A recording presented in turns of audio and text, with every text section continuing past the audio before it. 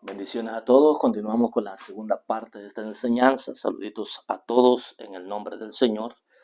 Como decíamos, estos mandamientos del Señor era la señal de los cuales los demás pueblos iban a ver la sabiduría, los mandamientos, las palabras que tenían, e iban a hacer diferencia entre todos los demás pueblos. Los demás pueblos decían: ¿quiénes son estos? ¿Quién es su Dios que les ha dado esas cosas? Por eso en Éxodo capítulo 19 y el verso 5 dice: ahora pues, si diereis oído a mi voz y guardareis mi pacto, vosotros seréis mi especial tesoro sobre todos los pueblos, porque mía es toda la tierra. Y vosotros me seréis un reino de sacerdotes. Muy interesante eso, porque en Apocalipsis capítulo 1, verso 6, sin temor a equivocarme, verso 9, dice que nos hizo para Dios Padre un reino de reyes y sacerdotes, y nos está incluyendo a usted y a mí. Y gente santa, estas son las palabras que dirás a los hijos de Israel. En el monte Sinaí, o en el monte Horeb, es la simbología del pacto y el acuerdo entre Dios y el hombre, no entre Dios y Israel.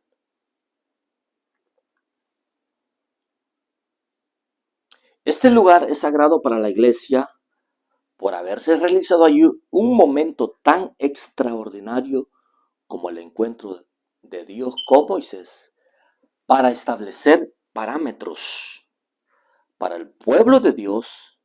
Es una montaña que se encuentra al sur de la península del Sinaí, en el este de Egipto, en Asia, y es donde Dios le dio a Moisés los mandamientos. La adaptación a sus estatutos y mandamientos nos recuerda que no es suficiente hablar de misericordia y de gracia, sino que también tenemos obligaciones y deberes con Dios y su obra. Sin embargo, debemos estar prestos para ser practicantes de su palabra y no solamente oidores, como dice Santiago, el apóstol Santiago, en Santiago capítulo 1, verso 1, del 22 al 25. Entonces Dios le dice: voy a hacer una diferencia entre todos los demás pueblos.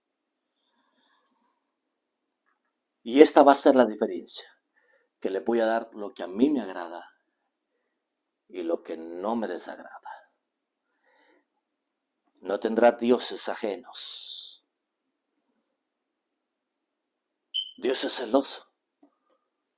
No podemos adorar a 3 dioses, a 4 dioses, a 5 dioses. Hay un solo Dios y hay un solo Señor que puede sanar, salvar y condenar y lanzar el alma de los hombres al lago de fuego. Ese es el Dios verdadero, el Dios de Israel.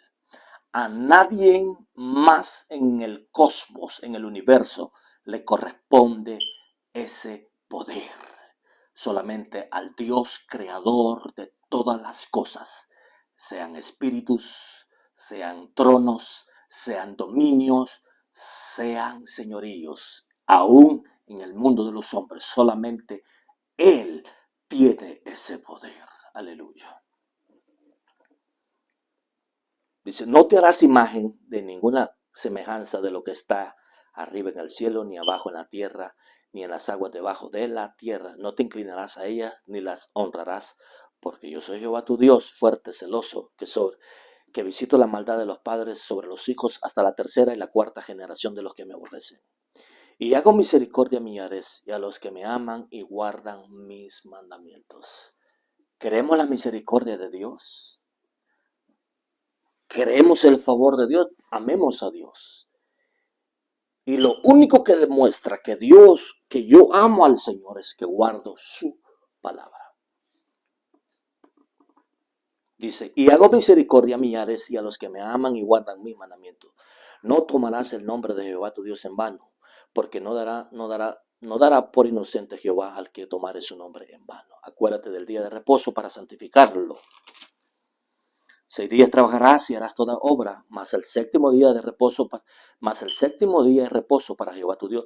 no hagas en ella obra alguna, tú ni tu hijo, ni tu hija, ni tu siervo, ni tu criada, ni tu bestia, ni tu extranjero que esté dentro de tus puertas.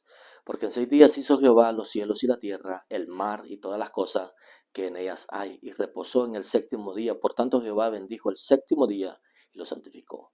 Honra a tu padre y a tu madre, para que tus días se alarguen en la tierra que Jehová tu Dios te da. No matarás, no cometerás adulterio, no hurtarás, no hablarás contra tu prójimo falso testimonio, no codiciarás la casa de tu prójimo, no codiciarás la mujer de tu prójimo, ni su siervo, ni su criado, ni su buey, ni su asno, ni cosa alguna de tu prójimo. Ese es el parámetro de Dios hasta el día de hoy. Nosotros no podemos violar esa ley moral de Dios. Yo entiendo que estaba la ley sacerdotal, la ley ceremonial, la ley del pecado, la ley de los mandamientos, la ley de los mandamientos que Jesucristo clavó. No que haya clavado estos mandamientos, no. La ley de los mandamientos escritos en tablas era que estaban bajo ese decreto porque habíamos transgredido, como dice la Escritura, que el acta de los decretos estaba contra nosotros porque nosotros habíamos pecado contra Dios violando estos mandamientos. Estábamos bajo la ley. No que la ley moral de Dios sea mala, atadura o pecado o cadena, no. Habíamos transgredido la palabra del Señor. Y estábamos bajo esa maldición, pero Cristo nos vino y nos redimió porque estaba escrito que todo aquel que pecare, la paga del pecado era muerte. Jesús tuvo que morir para pagar la paga de nosotros. Ahora, muy importante, porque Jesús en Juan capítulo 14, veamos si los mandamientos son para nosotros o no. ¿Qué dice Jesús? ¿Qué dice el apóstol Pablo? ¿Qué dice Juan? ¿Qué dice Santiago?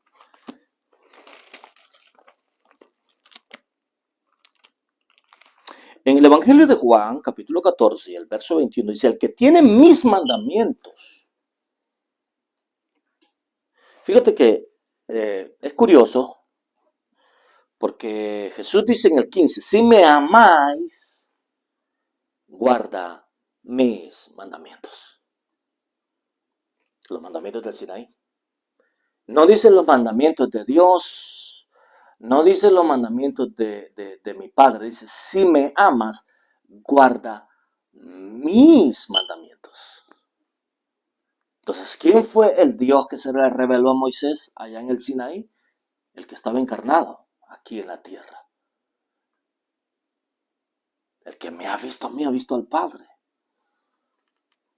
Dice que la ley fue dada también por medio de ángeles. Cuando nosotros vemos más adelantito en Deuteronomio capítulo 5 y Deuteronomio capítulo 9, nosotros vemos la historia de cómo Moisés cuenta, cuando yo subí al monte para recibir las tablas de piedra, las tablas del pacto que Jehová había hecho con vosotros, estuve entonces en el monte 40 días y 40 noches sin comer pan y sin beber aguas, dice Moisés. Ese Dios que se le apareció a Moisés, por eso Jesús dijo, Moisés vio mi día y se gozó, porque era el Dios que estaba aquí en la persona del Hijo, encarnado como el misterio revelado de Dios en la carne, que había dado los mandamientos del Sinaí. Y Jesús dice, si me amas, guarda mis mandamientos, dice el Señor. Y el que tiene mis mandamientos, verso 21, otra vez, y los guarda, ese es el que me ama. Y el que me ama será amado por mi Padre, y yo le amaré y me manifestaré a él. Qué tremendo, hermano. Juan capítulo 14, verso 15 y Juan capítulo 14, verso 21. El que me ama, guarda mis mandamientos. El que tiene mis mandamientos y los guarda, ese es el que me ama. Y el que me ama será amado por mi Padre. Y yo le amaré y me manifestaré a él. Qué tremenda palabra de Dios. El apóstol Pablo en Primera de Corintios, en el capítulo 7, nosotros podemos ver algo muy curioso. Dice el apóstol Pablo en 1 Corintios capítulo 7, verso 19, la circuncisión nada es.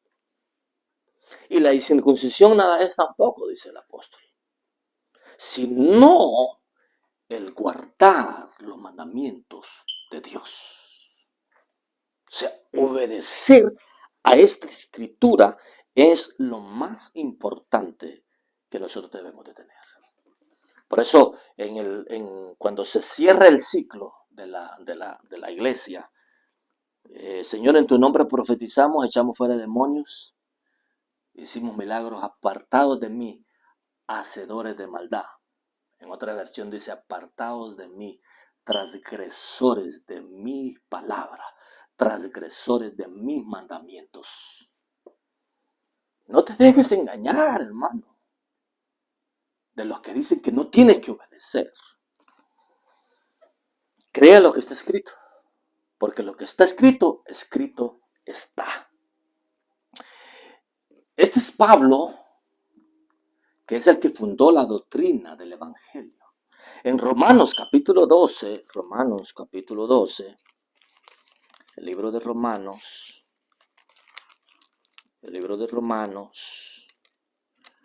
capítulo 7, Romanos capítulo 7, verso 12. De manera que la ley moral, o sea, la ley de los mandamientos, a la verdad es santa. Y los mandamientos santos es justo y bueno. Es el apóstol Pablo. Y podríamos enumerar más versos que están en la escritura. Juan, que es uno de los pastores de la iglesia, Juan el amado. Juan el amado, en Primera de Juan, en el capítulo 1, Primera de Juan, capítulo 2. Primera de Juan, capítulo 2, y el verso 3 dice, miren lo que dice, Primera de Juan, capítulo 2, verso 3, 4 y 5. Este es el pastor de la iglesia primitiva, Pedro, Jacobo y Juan, que eran los encargados de la iglesia. Escuche lo que dice. En esto sabemos que nosotros le conocemos, si guardamos sus mandamientos. ¿Cómo yo sé que yo le conozco al Señor? Si guardo sus mandamientos. ¿Cómo sé que usted le conoce al Señor si usted guarda los mandamientos del Señor? Por sus frutos los conoceréis. El que dice yo le conozco y no guarda sus mandamientos, segunda repetición, el tal es mentiroso y la verdad no está en él. Pero el que guarda su palabra, o sea, sus mandamientos, en este verdaderamente el amor de Dios se ha perfeccionado. Por esto sabemos que estamos en él. El que dice que permanece en él debe de andar como él anduvo. Jesús caminó bajo los mandamientos de su Padre en la tierra.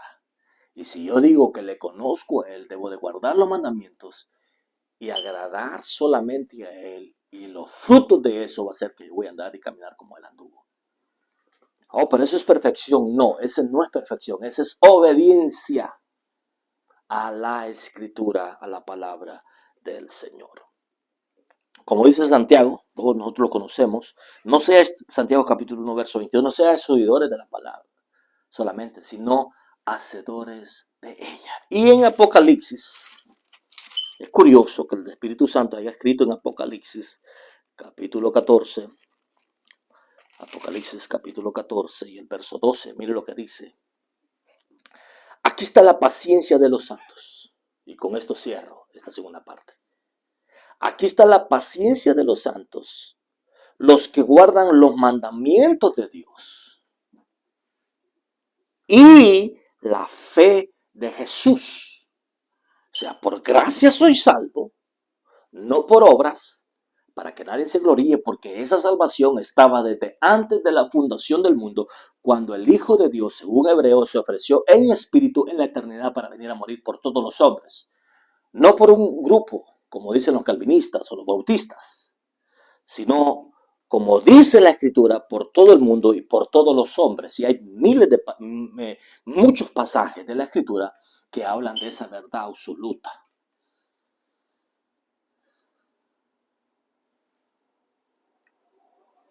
Dice, he aquí la paciencia, Apocalipsis capítulo 14, verso 12. He aquí la paciencia de los santos, los que guardan los mandamientos de Dios y la fe de Jesús. No puedes tú decir que tienes fe si no tienes palabra guardada en tu vida. Y no puedes decir que tienes palabra guardada en tu vida si no tienes fe. No me puedes decir a mí que tienes obras si no tienes fe. Y no me puedes decir a mí que tienes fe si no tienes obras. O sea, así dice la Escritura aquí. Porque la fe sin obras es muerta. Y las obras sin la fe de nada sirve. O sea, ni la circuncisión ni la incircuncisión, como dice Pablo, en 1 Corintios, capítulo 7, verso 19, ni la circuncisión ni la incircuncisión sirve, sino el guardar los mandamientos de nuestro Dios. Israel y muchos santos hombres de Dios vivían en obediencia, guardaban estos principios de Dios. Y eso no es perfección, esa es obediencia. O que nadie podía guardar los mandamientos. ¿Quién dice que no? La Escritura me enseña muchos hombres que vivían irreprensibles. Los papás de Juan Bautista, Ananías, el que fue de Pablo, eran hombres irreprensibles. Porque este mandamiento que yo te doy no está ni en el cielo, ni del otro lado del mar, ni es muy difícil para ti, dice Dios. Porque Dios no nos puede dar algo que nosotros no podamos cumplir. Si Dios lo dio, mis amados hermanos, es porque Dios sabe que el hombre tiene la capacidad para darla. Así que es muy importante en Apocalipsis capítulo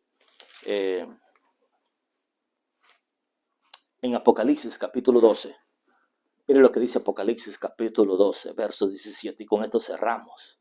Cómo el diablo persigue a los hombres y mujeres de Dios que predican sana doctrina, que dicen la verdad y que guardan los mandamientos de Dios. Cómo por eso hay oposición contra los hombres que tienen o que viven para Dios. Mire lo que dice Apocalipsis capítulo 12, verso 17, que es una simbología, una tipología o algo espiritual que nos está hablando. Dice, entonces el dragón se llenó de ira contra la mujer y se fue a hacer guerra contra el resto de la descendencia de ella, los que guardan los mandamientos de Dios y tienen el testimonio de Jesucristo. Otra vez, tenemos que tener los mandamientos de Dios, pero también tenemos que tener el testimonio de Cristo. Esta es la fe en Él, obedeciendo su palabra. Si tú no conoces al Señor, este es el tiempo que le conozcas. Él te ama con amor eterno. Él derramó su sangre por ti. Nadie podrá ser más fiel que Él, más cercano que Él, más comprensible que Él, sino aquel que dio su vida hace 2000 años por ti y por mí en ese madero. Dios es bueno, Dios es fiel. Que el amor del Señor te alcance y te llene. Que la gracia del Hijo esté contigo y la comunión con el Espíritu Santo se desarrolle con cada uno de ustedes, mis amados hermanos. Bendiciones a todos en el nombre del Señor. La paz sea con ustedes. Amén y amén y amén.